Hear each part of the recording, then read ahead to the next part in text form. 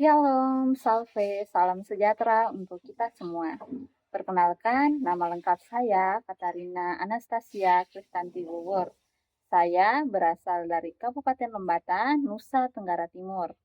Saya merupakan lulusan Sarjana Pendidikan Biologi dari Universitas Nusa Cendana. Pada saat ini, saya akan menampilkan video pembelajaran yang berkaitan dengan materi pembelahan sel yang ada pada tingkatan SMA kelas 3. Selamat menyaksikan. Selamat siang, Pak Tujuh. Siang. Apa kabarnya hari ini? Baik. Hari ini di Pak Tujuh siapa saja yang tidak hadir? Bius, Desi, Fitra. Sebelum kita memulai pembelajaran kita pada hari ini, aku minta ketua kelas untuk memimpin kita dalam doa.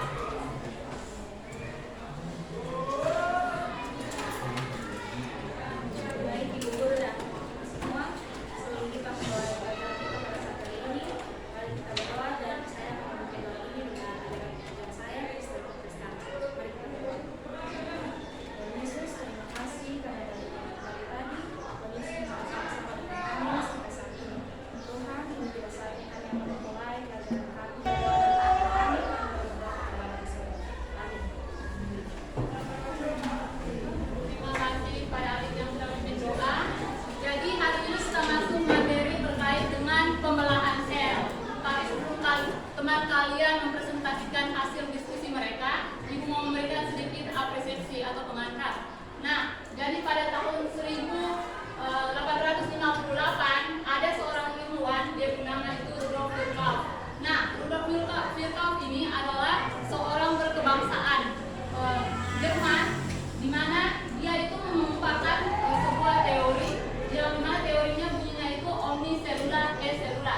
Kira-kira itu dari bahasa apa? Omniselula e selula. Bahasa asing. Ya, bahasa asingnya itu bahasa Latin. Yang kalau kita terjemahkan ke bahasa Indonesia, artinya setiap sel itu berasal dari sel lainnya. Jadi Rudolf ini nih, dia bilang kalau setiap sel itu mempunyai kemampuan untuk menggandakan dirinya atau mereplikasikan dirinya. Rudolf dia juga bilang kalau pembelahan sel dapat terjadi pada organisme uniseluler atau organisme yang hanya memiliki satu sel. Pembelahan sel bisa terjadi pada organisme multiseluler. Organisme yang memiliki banyak sel misalnya siapa? Dede. Organisme multiseluler. Hah? Ya, sapi. Jadi organisme multiseluler itu seperti hewan, manusia, dan tumbuhan. Jadi dia tahu organisme multiseluler.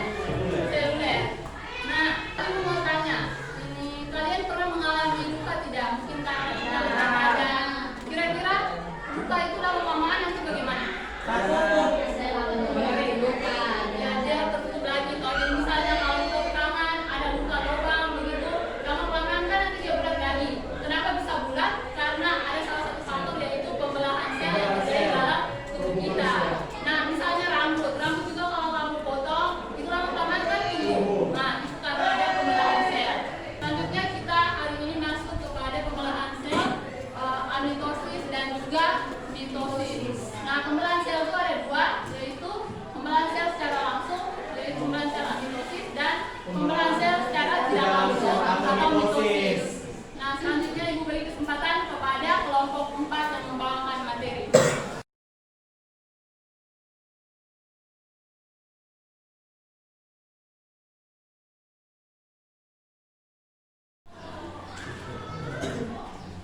Selamat siang teman-teman dan Ibu Guru. Perkenalkan kami dari kelompok 4. Di sini kami akan mempresentasikan hasil kerja kami. Perkenalkan nama saya Naga Ismiko. Saya sebagai pemateri 1 dan teman-teman saya Dan saya Seri Kristian Setu sebagai pemateri 3. Di sini kami akan menjelaskan tentang pembelahan. Sebelum masuk ke materi tersebut, di sini saya akan menjelaskan bagaimana siklus dari sel tersebut. Pada saat kita mengalami luka, sel-sel akan bekerja sama untuk menutupi luka dengan cara memproduksi sel baru, di mana sel sel induk akan membelah diri menjadi dua, di mana sel anak kami tersebut akan identik atau sama dengan sel induknya. Selanjutnya, teman-teman bisa lihat pada PPT yang sudah dikirim. Di situ ada pembelahan sel. Pembelahan sel sendiri memiliki 3 macam, yaitu amitosis, mitosis, dan juga meiosis. Jika teman-teman bingung membedakan materi yang saya jelaskan, yaitu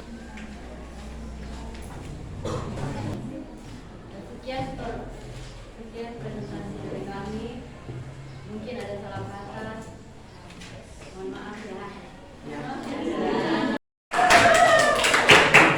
Jadi terkait dengan pembelahan sel itu ada terdiri dari 2, pembelahan secara langsung dan juga tidak langsung. Kalau pembelahan secara langsung itu adalah pembelahan amitosis. Mitosis. Nah, amitosis.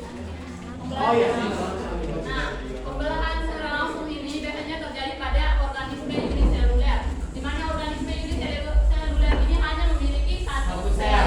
Berarti dia punya struktur tubuhnya lebih sederhana dibandingkan dengan organisme multiseluler. Tingkatan amitosis ini misalnya terjadi pada amuba. Nah, amuba ini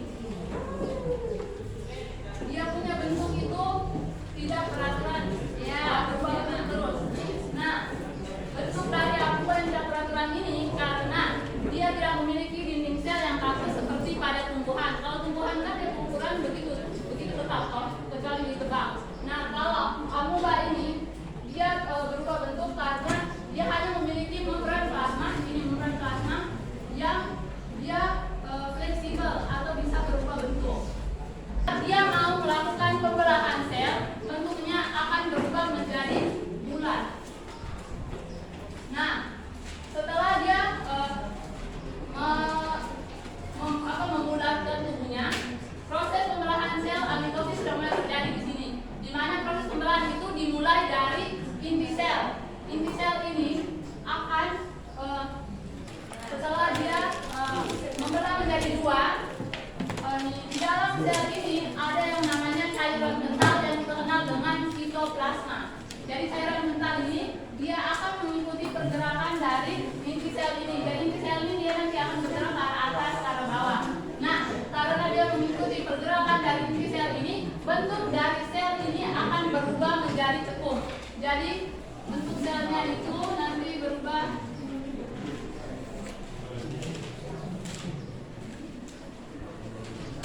menjadi begini. Nah, semakin lama dia akan semakin cekung, terus cekung, lalu di sini nanti terjadi pemutusan. Nah, karena terjadi pemutusan sehingga menghasilkan 2 sel anakan yang memiliki inti sel yang sama dengan sel induknya. Dapat disimpulkan bahwa proses amitosis merupakan proses pembelahan secara langsung tanpa melalui tahapan-tahapan, di mana dimulai dari satu sel induk membelah menjadi 2 sel anak. Nah, selanjutnya ini proses pembelahan amitosis. Berikutnya ada proses pembelahan mitosis. Jadi sebenarnya proses pembelahan mitosis itu ada 5 tahapan. Ada profase, prometafase, metafase, anafase, dan telofase. Nah, tapi biasanya dorong tidak masuk prometafase karena prometafase itu tidak terlalu nampak dia punya kerjanya. Jadi misalnya di sini ada digambarkan satu sel induk yang memiliki 4 kromosom. Ini contoh saja ada 4 kromosom. Nah, satu ini yang pertama terjadi pada tahap ini mitosis itu, kromosom yang ada di sel ini akan menebal. Kenapa dia menebal? Karena dia mempersiapkan dirinya untuk bereplikasi. Jadi nanti bentuk dari kromosom ini tahap yang pertama, tahap pertama profase. Lalu pada tahap kedua yaitu prometafase,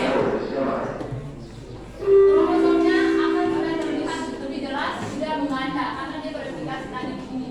Jadi bentuknya nanti jadi begini.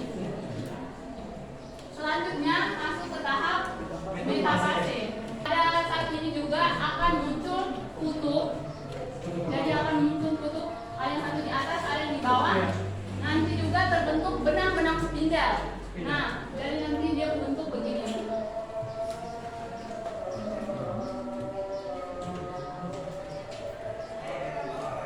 Begini.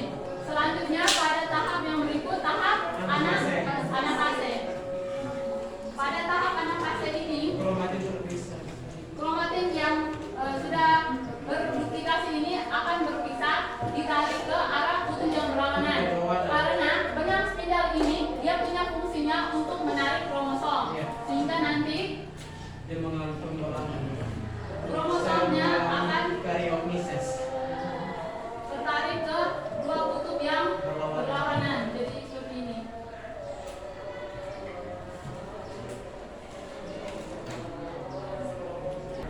Kromosom ini, benang-benang spidal ini akan menghilang.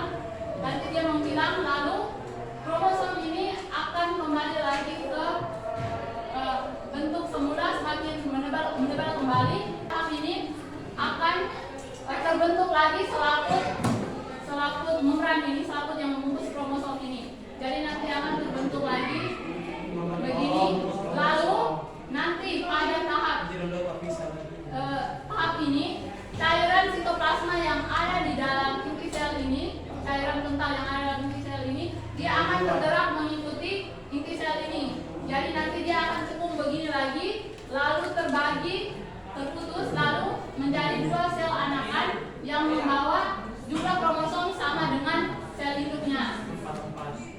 Jadi di sini ada 4, di sini ada 4. Pada tahap ini tahap terakhir dari mitosis, yaitu tahap telofase. Ibu ada lagu, kira-kira kamu mau tidak ibu ajar kamu nyanyi? Mau. Metaverse. Oke, kalian ada lagi? Yang di sini semua. Satu, dua, tiga.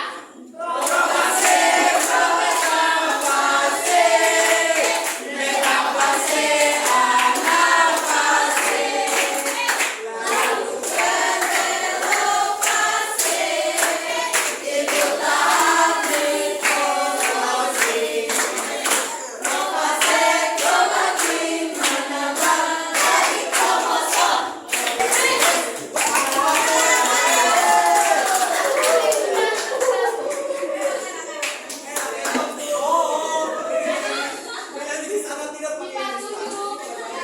Dan ibu yakin pasti kalian sudah bisa hafal sedikit tentang tahap mitosis. Jadi ibu minta kalian untuk duduk kembali. Perhatian, IPA 7. Jadi terkait dengan materi pembelajaran sel ini, ada yang bisa kasih kesimpulan dari pembelajaran kita hari ini terkait materi. Tidak ada.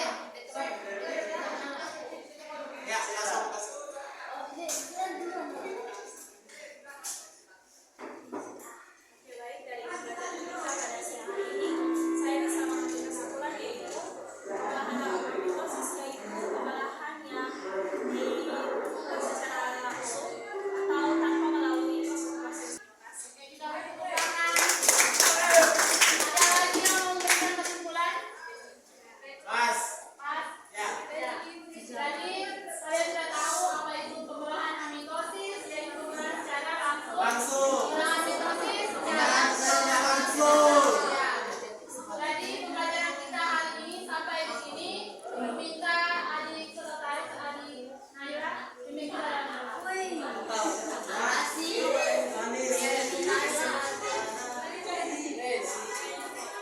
Teman-teman, sebelumnya kami mengakhiri pelajaran kita, mari kita menghadap dalam doa.